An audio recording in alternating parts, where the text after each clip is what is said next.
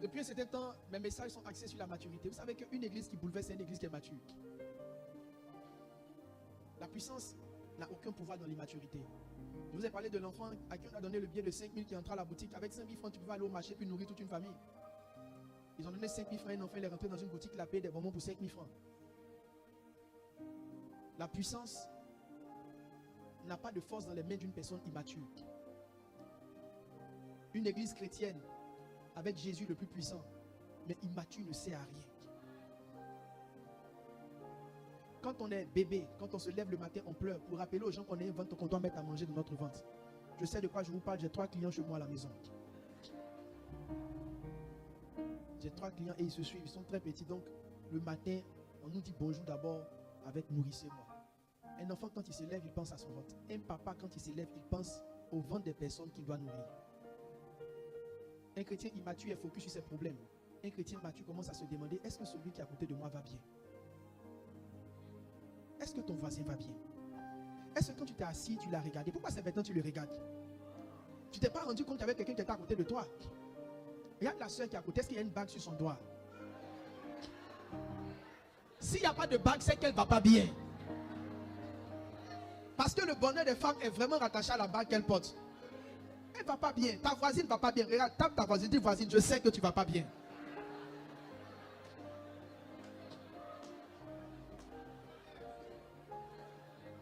Est-ce que quand tu t'es assis, tu as levé au moins un peu la tête et puis tu as regardé le voisin? Regarde comme il a fait. Quand tu le vois, tu sais qu'il a fait. C'est possible qu'il ait très fait. Oui. C'est possible.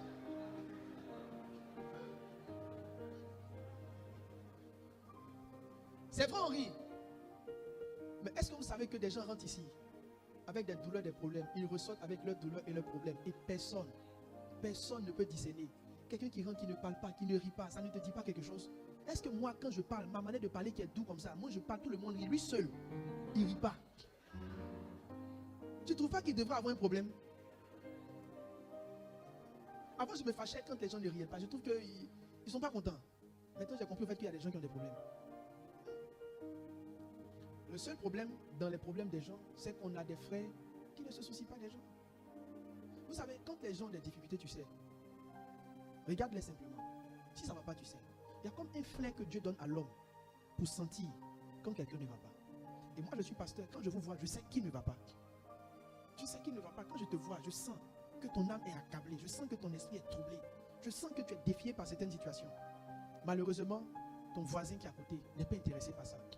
La seule chose qui l'intéresse, c'est lui, son argent, son mariage, son voyage, sa voiture qu'il n'a pas encore. Et ce n'est même pas ce qu'il aura.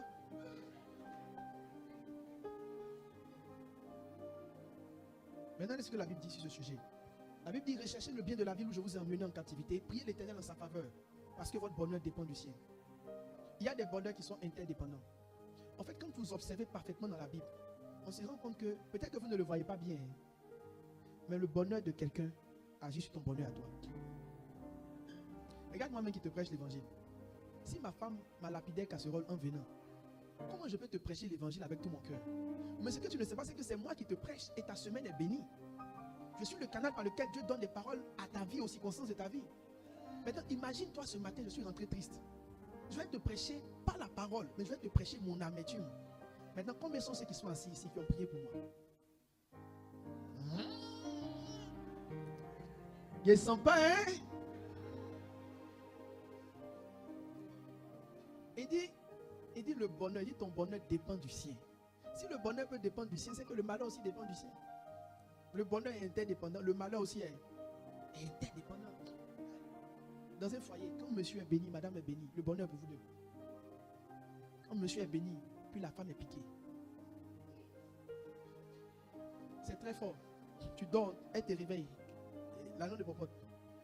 Quand tu as fini de donner l'argent de popote, elle te retape encore. L'argent du tissage. Elle te retape encore. L'argent des habits. Vous-même, votre propre enfant, il est malade. Elle te rappelle l'argent des médicaments. Imagine-toi un seul instant. Je viens un jour dans un document.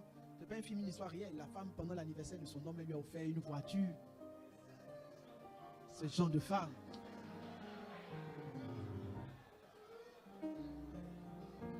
Donc, y a une sagesse économique qui dit que, quand une seule personne est riche, que tout le monde est pauvre autour de cette personne, elle finit par devenir pauvre. La meilleure manière de devenir riche, c'est d'enrichir tous ceux qui sont autour de toi. Parce que quand ils n'ont plus besoin de toi, toi tu arrives à sentir ce que tu reçois. Vous comprenez ça? Donc, quand la Bible dit ton bonheur dépend du bonheur des autres, ce n'est pas un mensonge. Nous, nos parents, ils ont eu beaucoup de moyens. Mais ils n'ont pas atteint le niveau là où ils devaient être. Parce que toute la famille dépendait d'eux. Toute la famille. Quelqu'un est malade, je me suis mon père. Quelqu'un on hospitalise, quelqu'un on l'attend. L'un de ses frères est mort comme ça parce qu'il était parti en voyage à l'extérieur. On dit on attend qu'il vienne pour qu'on le soigne. Avant même qu'il ne vienne, le gars est mort.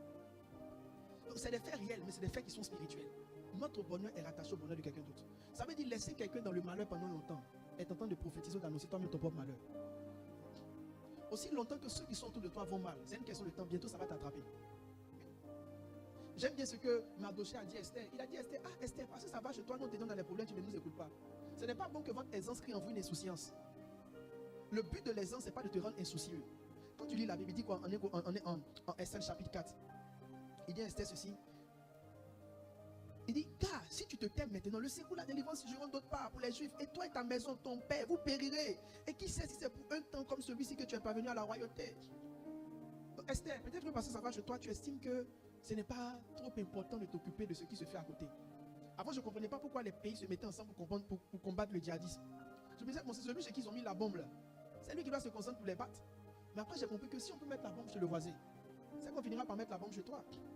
Les gens commencent au Burkina, maintenant ils sont à nos frontières. C'est comme un chemin normal. Si ça commence chez l'autre, ça va venir chez toi.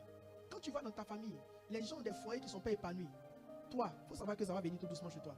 Quand tu vois dans ta famille, les gens ont du mal à percer, à trouver leur chemin, ça va venir chez toi. Tous les malheurs que vous voyez à côté sont en route vers vous. C'est parce que ça vient vers vous que vous voyez. Tu sais, ce que tu vois n'est pas loin.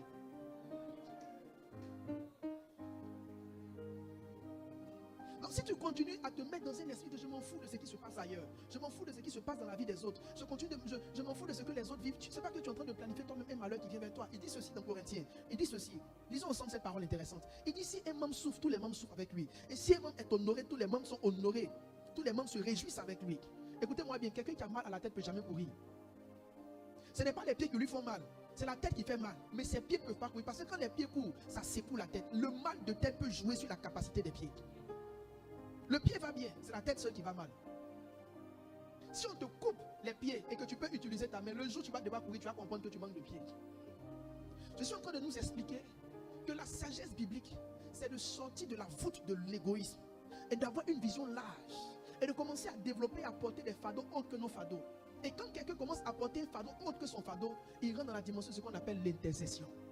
Je viens enseigner ce matin sur l'art de chercher Dieu par l'intercession. L'intercession.